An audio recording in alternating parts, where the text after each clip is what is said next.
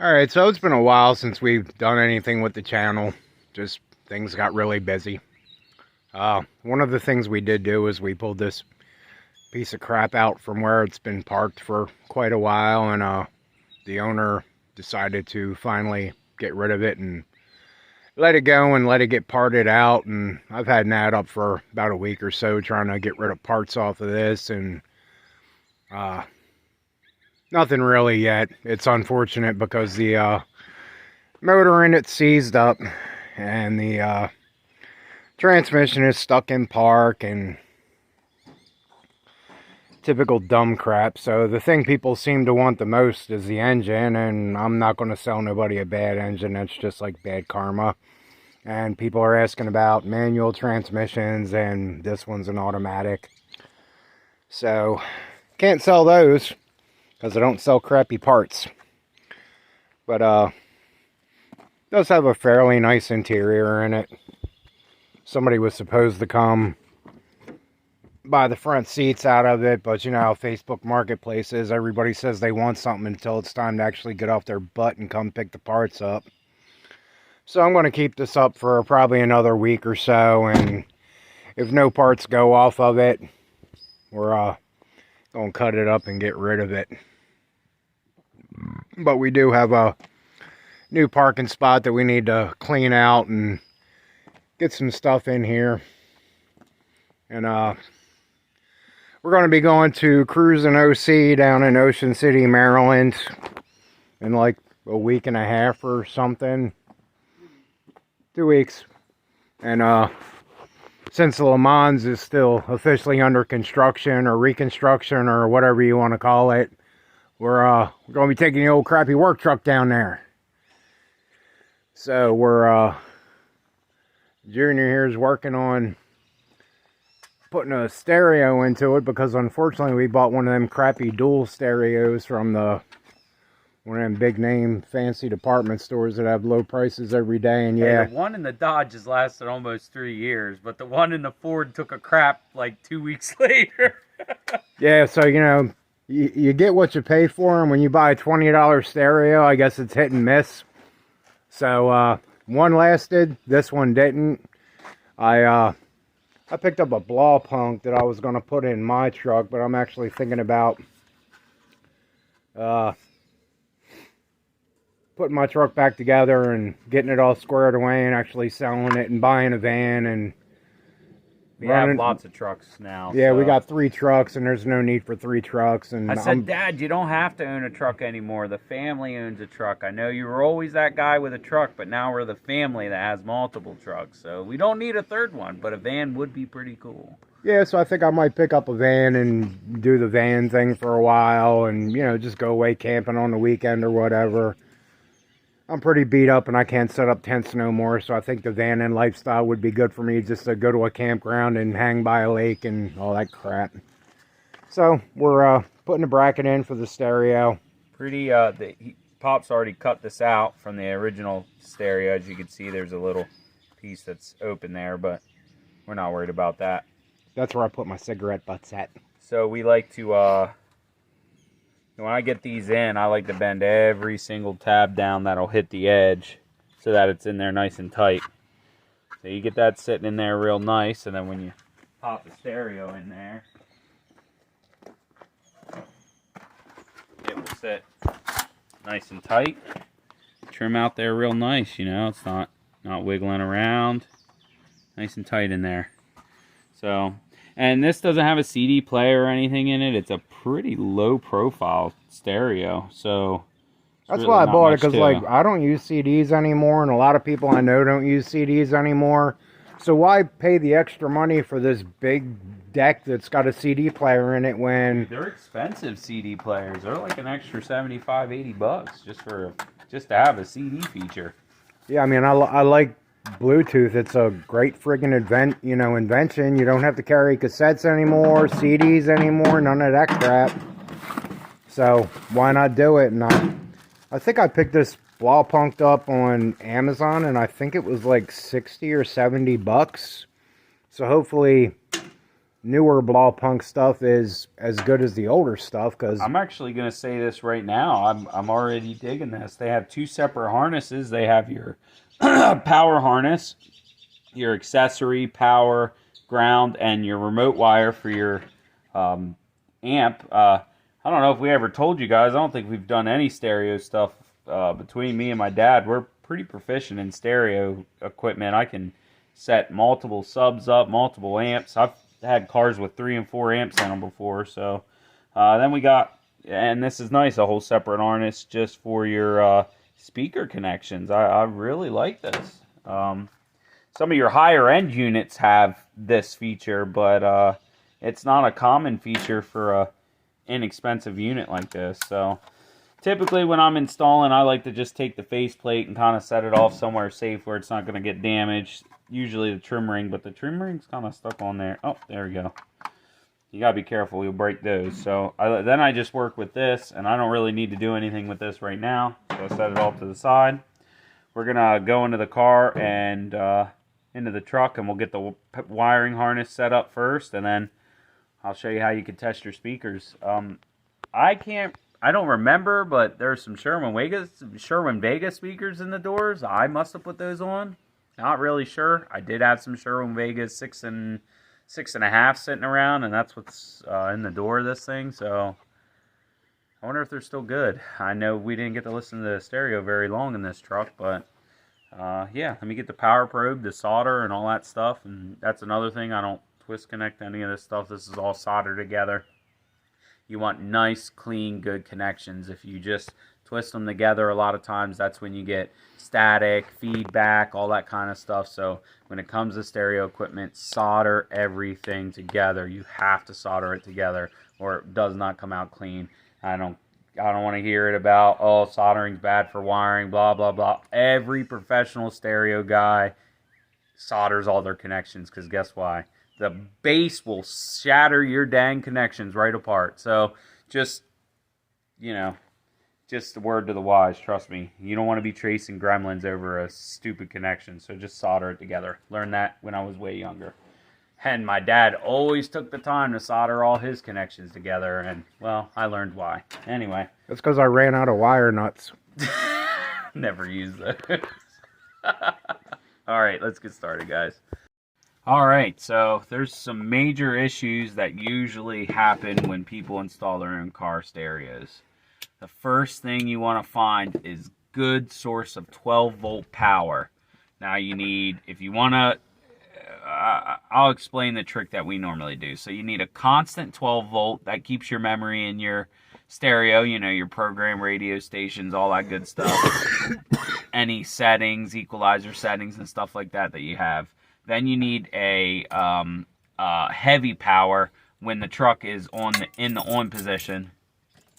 That should be a constant 12-volt, strong 12-volt. So, and then the last thing, the most important thing of this whole thing is good grounds. You have to have good grounds. If you have bad grounds, you have bad sounding music, okay? Then you sound like one of those guys that has their stereo up all the way and it distorts and everybody's like, God, I wish that guy would turn his stereo down. So anyway, so first you usually want to look at your fuse panel. Now, not all fuse panels have extra slots. Older stuff usually does. Hell, even my Le Mans has an extra accessory slot off of it. So a lot of times it'll just be a bladed slot that comes out, and that'll be a constant 12-volt that you could pull off of.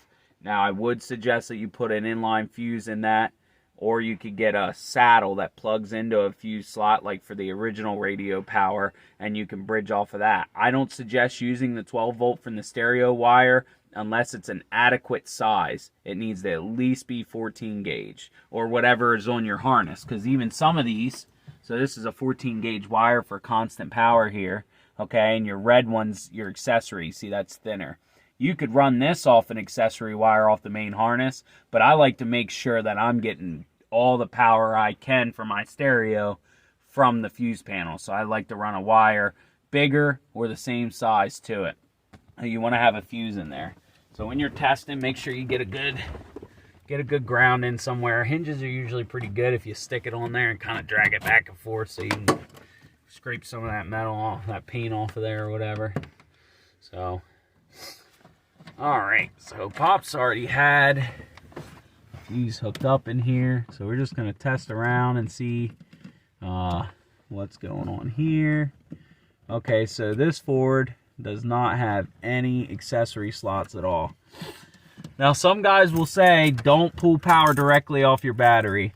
Now, I don't agree with that. I've ran a lot of stereos straight off the battery and gotten really, really clean power. For some reason, I'm not getting any power down here. I must be getting a bad ground. Remember I said about that whole bad ground thing? Let's see what we got now. There we go. Now we got power. Okay, let's see. All right, so we got power here. Okay, and that's a dead slot. So that's kind of like an accessory slot. Turn off the key. Oh, that's a constant power. Oh, that's what we need here. So we're taking constant power here. We'll just go ahead and plug it in. Now, Pops has already got this wired with a spade terminal. We'll probably cut that off and make sure it gets soldered there. So anyway, we're going to put this spade terminal in here, and that's ran up in there. I'm going to clean this wiring up once we're done up here. So, and I have a good ground spot over here I could run a ground wire over to. I already have the dash cleaned up here. Have a screw in there, and I have multiple grounds. One for the cigarette lighter. I got one for, looks like I already got one for the stereo there. So we could just go ahead and use that for the ground. Now, like I said, I like to make sure that I have a very good ground and a very good source of power. So that's super important. So let's get back up to the stereo. Let's see what we got here. Our main yellow wire coming in here. Oh, figures. Another thing I like to do is if I have a good ground spot like that, if you can ground off to where you're grounding all your wires at, then you know you're getting good serve. So this is a constant. Okay, that works good.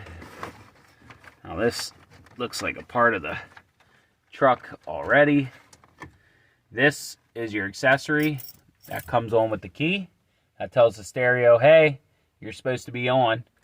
So I will say, we typically set our stereos up that you have to physically turn them off. But since I'm not the only one that drives the truck, or me and my dad aren't the only one that drives the truck, we're not going to set it up like that because that's a bad idea. So it'll end up getting left on and killing the battery.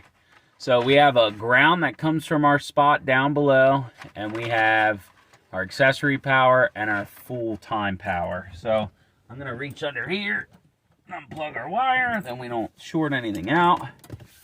And let's get this old harness cut out of here. Okay, that's our accessory power, full power, and the ground. Now when I'm dealing with stereos inside of vehicles like this, I like to try to maximize. Where the heck is that coming from? What is that, dude? What is that? What's all that? Oh, that's the original harness for the radio. And that little goobly boobly right there is a noise suppressor. Oh. Which you could probably take out. We typically you don't have issues with noise until it's usually amplified, but that's not always the case. So we're going to eliminate that, and we'll tie into this. I don't know what this wire is. The blue wire is for the illumination for the factory radio. You don't need that in newer stereos. They're typically pre-illuminated. They just stay illuminated all the time. Some of your higher end units. Okay, so there we go. We have power there. Now remember, this wire's not carrying your main signal here. This isn't a real strong. This is just saying, hey, the key's on, turn the radio on. So, all right, and then there's that's all of our... That's all my squeakers. Speakers, right. So actually, we're going to leave these hooked up instead of killing them, because this will give us some idea. Okay, these are probably positive. And some factory applications, you see, wow, there's two pinks. Oh, that's a red and blue. Yeah, because you got to remember the dash speaker used to be there too. Yeah, so there's 4 positive speakers, and then they all get grounded off the same thing. Which actually, this is ideal for setting up a high pass frequency amp for you know, high end speakers. Your low pass frequency speakers run off of wow, I'm drawing a blank. They run off of RCAs. So let's go ahead and get this stripped off. 12. Next size. No, I don't know where the harness went. It's on your butt. Oh, there it is. Pops was right. So, Well, we're not going to show you all the stripping of the wire. We'll be back when we get everything ready to go solder. alright, so what you want to do is try not to melt your insulation and just get the wire hot. And then just dab that solder on there all over the wire. We're kind of in a tricky spot here. Yeah, you want to just get that all covered. Make sure there's no extra hangies there. It's a little thick, but it'll be okay. The heat shrink will still go over top of it. And this was also a very thin wire, which doesn't help at all. But yeah, there you go. Nice, even. I get it cool, and then just give it a tug. Make sure it ain't gonna come apart. Get your heat shrink over there.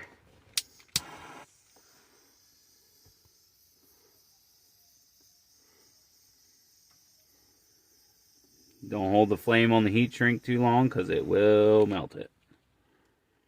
There you go. There we go. So we got power. I extended that accessory wire. If you guys remember, that thing was tiny coming out of there. So I just found a red wire with a white stripe. Not a big deal. I know what it is. And if somebody ever changed the stereo that will own the truck in the future, which is probably not likely. I usually don't get rid of my vehicles.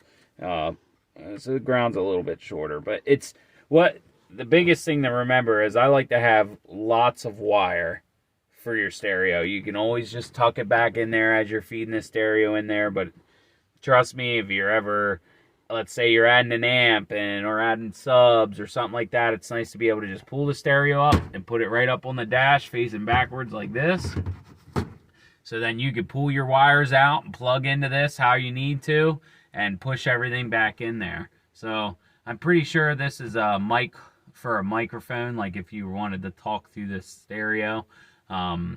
This is obviously your antenna hookup, which sometimes in certain vehicles, this one not so much. Hey, they make this thing so short, it's like back in here, but you could buy antenna extensions. So let's get the ground hooked up, and I like to test the stereo before I get any speakers hooked up and make sure that it powers on and everything's good there. So Alright, so we got our power wire, our accessory, and our ground hooked up, and let's see if this thing lights up. This is our hello! welcome, there's the radio, baby. Alright, so we're gonna get speakers in here and get them wired up, and let's bump some tunes. Okay, so there's a few little tricks to make everything go a little bit faster and a little bit easier. Now, if you pull this door speakers out, sometimes the color will coordinate from the door to the stereo. But more times than not, it does not coordinate at all. So what I do is that since this harness is simple, there's 4 wires and then a ground, I temporarily hooked my wire color. We're hooking up the left speaker first. White on this particular harness. Now every stereo is different, but I believe Sony and dual is the same as this. So anyway, white is with the black stripe on it is the ground. So here's our white power wire. Okay, we're going to cut that on, make sure your power wire doesn't touch anything. But these are our two possible speakers. So that's our passenger side. So now we know our purple wire here is for passenger. And for some reason this is a lot quieter over here. Maybe the balance is off on the stereo. But this is the left side. So obviously these wires, probably one of them went to this speaker up here, which if I ever put one of those in, probably not, because it's a single speaker. And it's a 6x8, which is a super goofy size. But anyway, so we're going to go ahead and shut this off, and we're going to get these wires permanently tied in here. Now, if you're really looking for good quality performance, and you're running an amp and everything else, don't use the factory wiring. Run brand new wires out to your speakers, color coordinate them, make sure you know what you're doing. And, you know, basically what I normally do is I take different color electrical tape. So up here, I'll mark my right speaker with, let's say, purple or whatever color I have. I always just have 4 colors and they coordinate. So the speakers over there would have that same electrical tape on the end, and here, and same with here. Now, when you're running a high-pass frequency amp, you're going to run 4 power wires and the ground wires together back to your amp. That's one way of hooking high-pass frequency up. Now, when I use those kind of harnesses, only usually better quality amps have that type of plug in them, but you get way better quality sound out of that.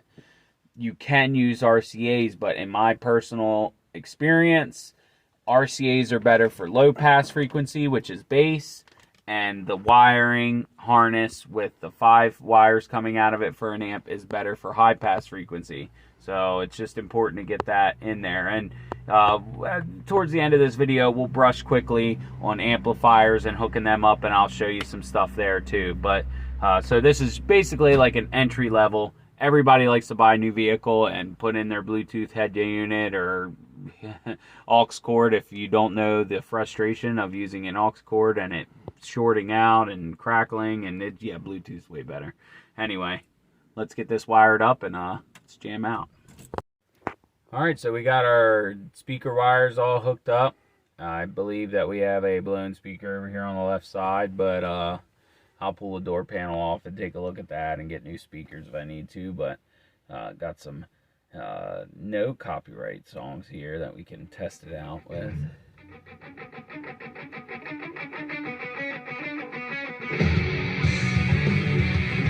You can kind of hear the static coming from over here at the left side. You guys might not be able to hear it, but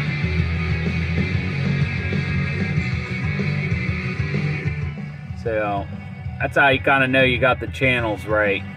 Over to the left, over to the right.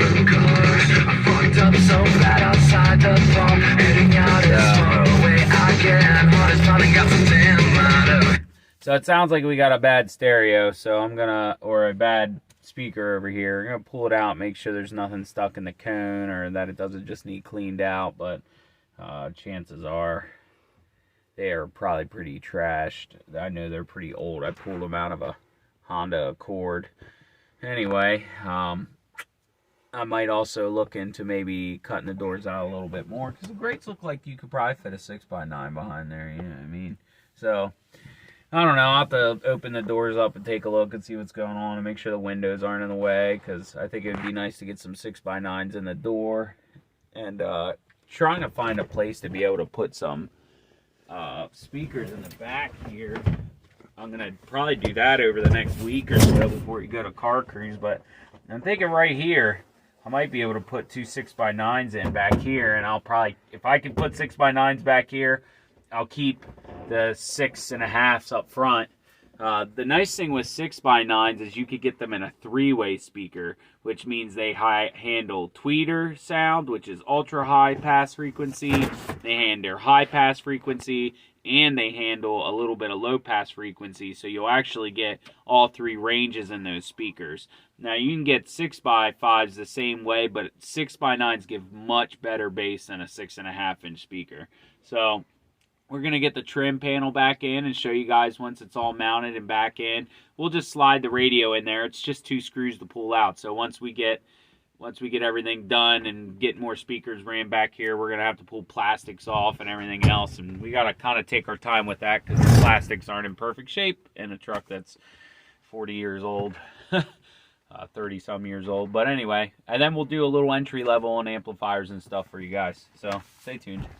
Hey, quick thing, guys. If you're not going to use all your speakers like we are here, cap them off. You know, I folded them backwards and heat shrinked them. So, and I'm not going to pretty this up a lot. I'm just going to kind of bundle it up and push it back in there because I'm going to be pulling it back out over the next 2 weeks. So we're going to go ahead and I usually like to get that done last. Hook the speakers in there. Power wire here. Okay. Actually, we forgot to cap the remote wire, and that's going to give off some power too. So, get a piece of heat shrink. Alright.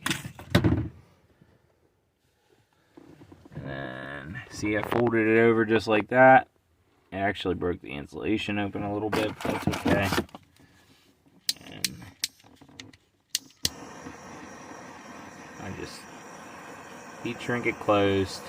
So the thing with this blue wire in the back is that's the remote wire for the amplifier. Now I have some amps sitting around, so I might end up using it, but this sends 12-volt signal out. So if you don't seal this up and it is arcing back there, you could mess up your stereo, you know.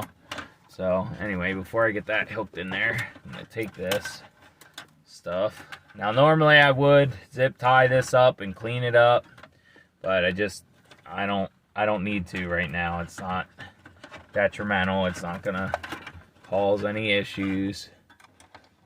Plug our antenna in. Yeah. Get it in just like that. And look, make sure you're not putting it in upside down. Well, that could be fun too, buddy. Oh no. Now you got it stuck. It's stuck in there.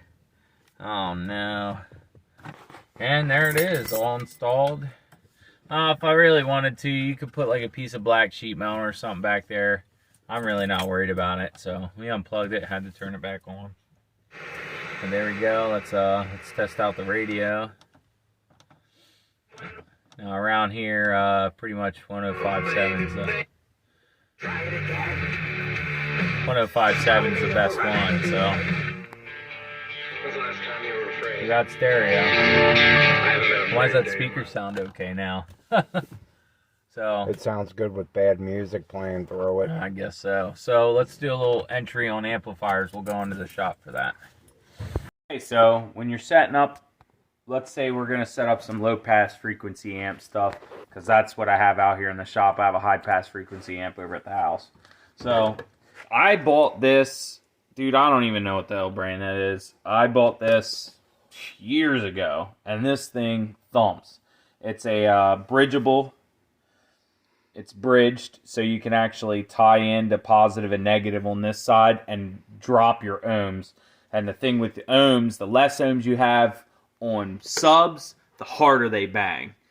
But that's also more power you pull in. As soon as you go low pass frequency in your vehicle, you need a bigger battery and a bigger alternator. You're going to blow up your alternator and you're going to burn out your battery. I promise you. It will run for a while, but it won't run forever. I promise. And your lights will dim and all that good stuff.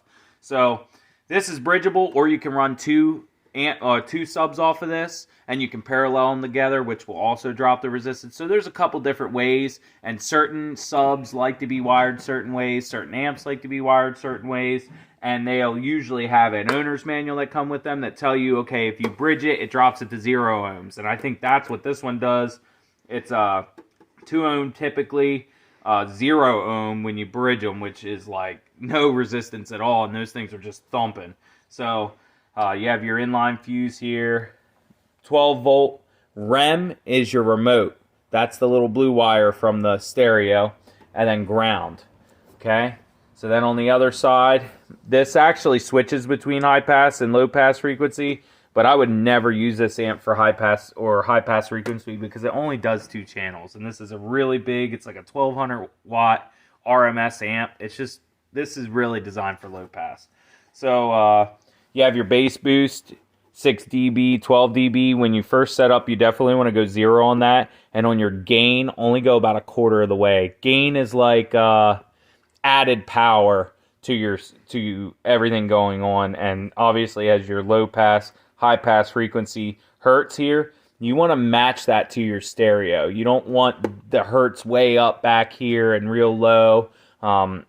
So anyway, this typically with LPF you want to run lower hertz, but it all depends on the subs. It all depends on the stereo, and that's part of tuning. You know, you want to get some good bass heavy songs to tune your stuff. So there's a power light on here. I think this one's green when it's good, and when it turns red, that means there's protection. That means either the amp got too hot, you got a bad ground, you got bad 12 volt, so you got to check that. Now see, this is a power acoustic, which is kind of an old school amp, but this is actually still a really good amp, and it's set up the same way. But this is still a 4-channel, or 2-channel rather, but you can see here it can be bridged, which drops the resistance. This is a dual fuse. Each fuse covers each lane here, basically, each channel. So, and output, input. Now, see what the output is to bridge it to another amp. So you could run these two in tandem, and I mean, you'd really be thumping there. You'd probably be running something like 15-inch, but has all the same stuff. Now, some amps have this X-over feature, so you could actually run both low pass, high pass frequency, but this was the high pass frequency wiring harness I was talking about. This works really nice for high pass frequency. It kind of makes a mess because trailer wiring is actually what I typically use for this, believe it or not. I'll run trailer wiring through the car to bring the power here because all you're sending to the amp is the signal. The power is created by the amp, not the head unit. So you don't need real thick wire running back here. Trailer wire is probably a little bit of overkill on that. So have that. You'll need RCAs if you're doing low pass frequency. You can do high pass frequency with RCAs. I believe these are Rockford false gates from an old project of mine. Now another thing you want to make sure that you're doing if you're running low pass frequency, actually if you're running any amplifier, you want to have adequate power. So power wire this thick, 0, no smaller than 4 gauge. So, and 16 inches, 12 to 16 inches away from your battery, you'll need an inline fuse. Now, you can use one of these. You know, the wires just kind of splice into here. You lock them in.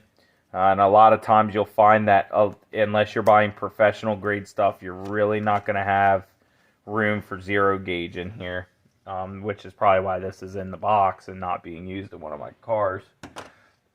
So once you're running power back to where your amplifiers are, I actually like to run what's called a distribution block. You run your main power into here, and you can run 10 gauge or 8 gauge wire out of here to your amps. And 8 and 10 gauge wires fit a lot better into your amplifier. Okay, and what I'll actually do if I'm running multiple amps is I'll run a distribution block for power, and I'll run a distribution block for ground.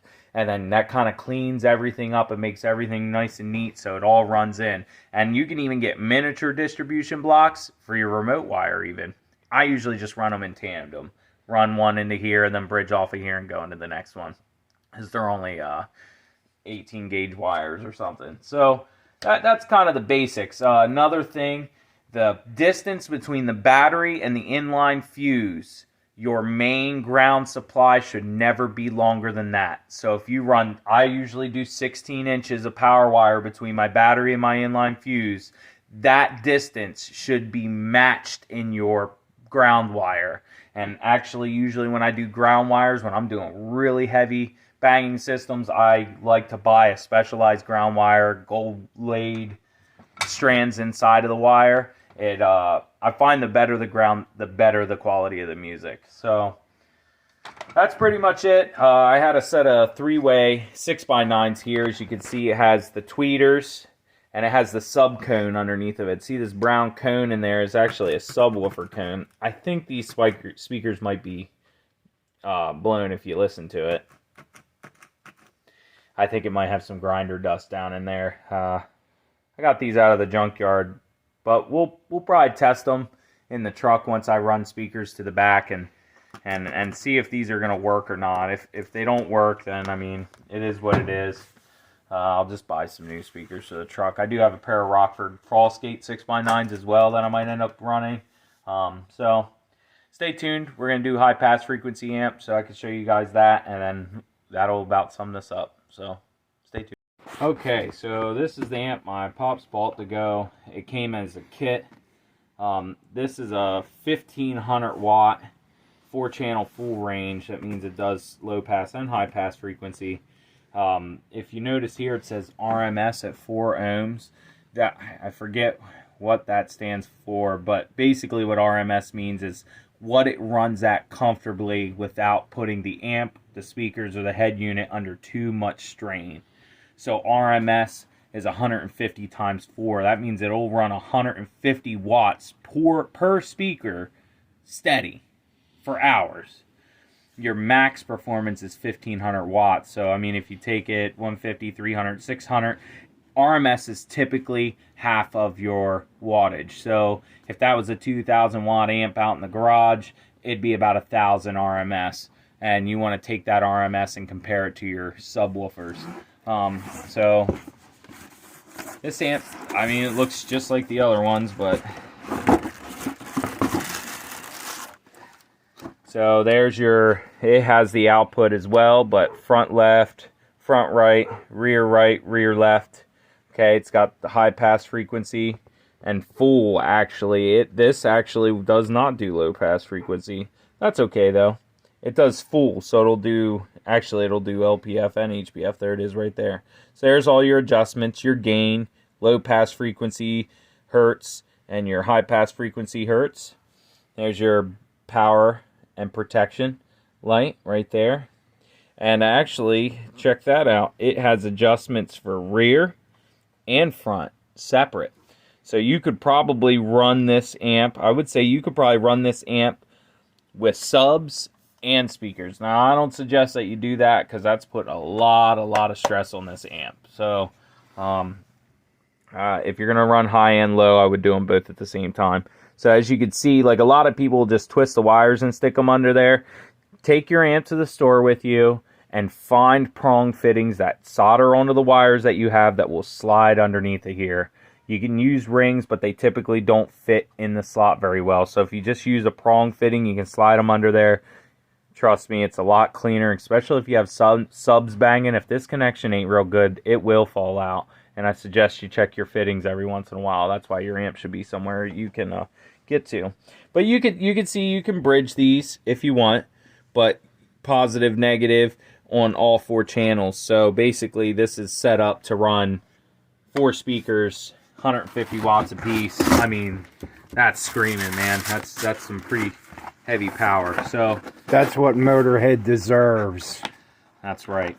So yeah, and honestly, like a lot of guys put low pass frequency amps into their cars and they bang subs and that's all well and good, but the number one thing is that you can't hear the music. All you hear is bass. So I think it's important to go high pass frequency amp first and then go low pass, or just, you know, blow your money and do it all at the same time, man. I really used to get into doing stereo equipment. I loved setting systems up. I had some pretty killer systems over the years. I haven't done anything recently, so hopefully I'll be able to get you guys some more information on that, because I have a lot of tricks on that. I actually have a pair of jackhammer subs still.